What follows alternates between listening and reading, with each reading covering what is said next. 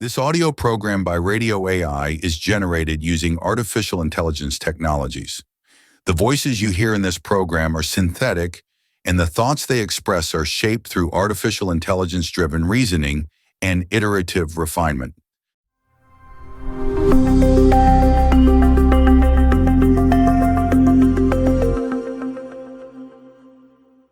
Welcome to Radio AI, where we embark on a deep dive into some of life's most compelling questions.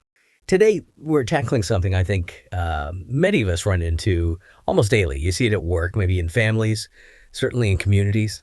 It's the generation gap. We want to look beyond just, the usual stuff, different values, different tech habits, to really get at what fuels these divides and maybe how we can navigate them a bit more thoughtfully. Okay, let's unpack this. So, often we frame this generation gap as, a simple clash, right? Values, how comfortable people are with technology. Well, it's like a sitcom plot sometimes. But what's really striking looking into this is that these divides aren't just about personal taste, who uses TikTok. They seem to be shaped by much bigger things, systems, institutions. Expert, what does that mean exactly? That these gaps are structural, not just personal. Yeah, that's a really key point. It helps us move beyond just sort of blaming individuals or generations. When we talk about these broader systems, we're looking at this constant interplay, really, between tradition, the established way, and the push for innovation. Think of it maybe like this.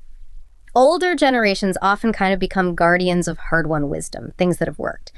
While younger groups, they naturally lean towards adapting, questioning, bringing in the new. Okay. So in an organization, senior people might stress the importance of tested procedures for reliability, while the newer folks might be pushing for digital tools, more flexible ways of working. And if you see these as like resources for each other, it can actually drive growth. It doesn't have to be conflict. Right. And this is where it gets really interesting for me. It's not just about having different viewpoints sitting around a table. Mm-hmm. The research points towards actual, persistent structural barriers.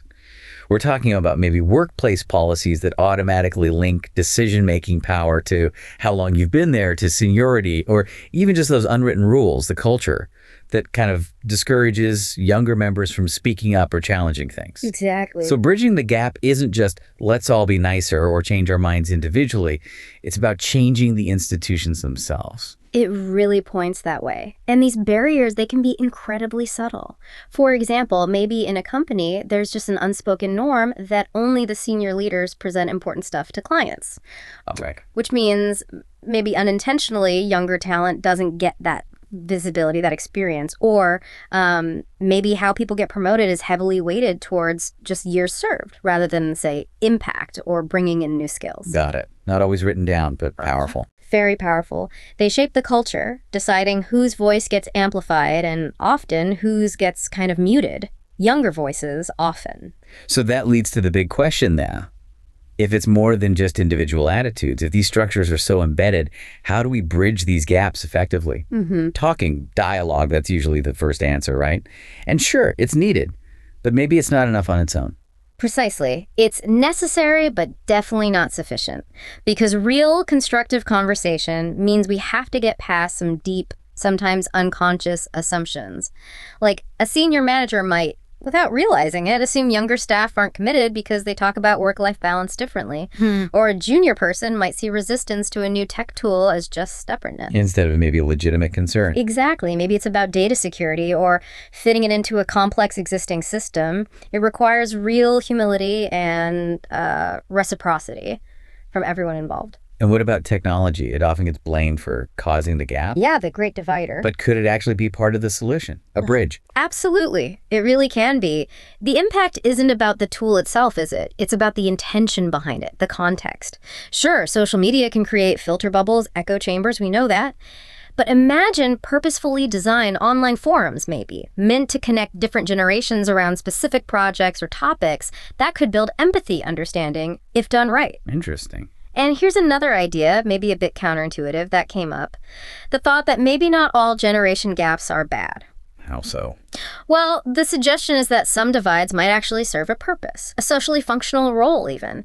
They might be the very thing that sparks progress or challenges complacency when things have gotten too comfortable. Okay, challenging complacency. I can see that. Think about major social shifts throughout history. Civil rights, environmentalism, even tech revolutions like the early internet days.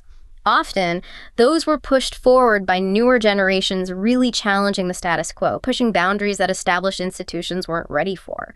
Those weren't necessarily problems to be fixed, but forces that ultimately reshaped things, often for the better. That is a powerful thought. Almost turns it on its head. But isn't there a risk there? If we start celebrating these functional gaps, do we just end up tolerating conflict or discomfort that could be eased? Yeah. Like trying too hard to force everyone onto the same page, that could backfire too, right? Older workers feeling like tokens, younger ones feeling ignored, losing that productive friction. It's definitely a delicate balance. That resistance to just bridging everything, it isn't always a negative thing. Sometimes it protects valuable experience or necessary distinctions.